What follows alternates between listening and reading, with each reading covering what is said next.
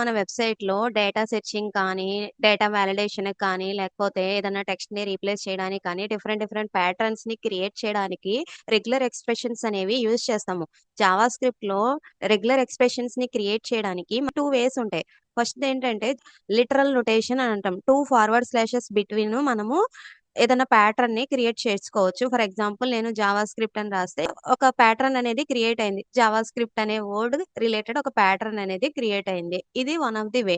ఇంకొక వే ఏంటి అనంటే న్యూ అని చెప్పి కన్‌స్ట్రక్టర్ ఫంక్షన్ కాల్ చేసుకుంటాము. రెజెక్ట్స్ అనే కన్‌స్ట్రక్టర్ ఫంక్షన్‌ని. సో, దీనికి దానికి డిఫరెన్స్ ఏంటి అనంటే మనము ఈ కన్‌స్ట్రక్టర్ ఫంక్షన్ నొటేషన్ ద్వారా ఒక ప్యాటర్న్‌ని క్రియేట్ చేసేటప్పుడు ఇక్కడ నేను ఫిక్స్‌డ్ వాల్యూస్ ఇవ్వచ్చు. లేకపోతే వేరియబుల్స్ ఇవ్వచ్చు. డైనమిక్‌గా యూజర్ దగ్గర నుంచి సమ్ డేటాని తీసుకొని దాని ప్రకారం కూడా ఒక ప్యాటర్న్‌ని క్రియేట్ చేయొచ్చు.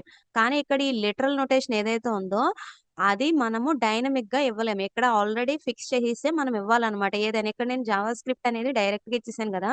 అలా కాకుండా ఫర్ ఎగ్జాంపుల్ నాకిక్కడ సెర్చ్ కీ అనే ఒక వేరియబుల్ ఉంటే అది యూజర్ దగ్గర నుంచి తీసుకొని ఆ వాల్యూ బేస్ చేసుకొని నేను ఒక ప్యాటర్న్‌ని క్రియేట్ చేయాలి అని అనుకున్నా. సో, అప్పుడు మనము ఈ లిటరల్ నొటేషన్ అనేది యూజ్ చేయలేమనమాట. డైనమిక్‌గా క్రియేట్ చేయడం అనేది కుదరదనమాట. ఇక్కడ నేను సెర్చ్ కీ అని చెప్పి వేరియబుల్ వాల్యూని రాయలేను. అదేంటంటే అది వేరియబుల్ కింద తీసుకోదు. ఇదే ఒక స్ట్రింగ్ కింద తీసుకొని ఒక ప్యాటర్న్ అనేది క్రియేట్ అవుతుంది. కానీ మనము ఈ నొటేషన్ యూజ్ చేస్తే కన్‌స్ట్రక్టర్ ఫంక్షన్ నొటేషన్ ద్వారా అయితే మనం ఇక్కడ ఒక స్ట్రింగ్ ఇచ్చుకోవచ్చు. లేకపోతే వేరియబుల్ కింద ఇచ్చుకోవచ్చు సెర్చ్‌కి. ఇక్కడ మనము ఈ ప్లేస్‌లో డిఫరెంట్ డిఫరెంట్ లాజిక్స్ అనేవి రాసుకొని ఇవ్వచ్చు.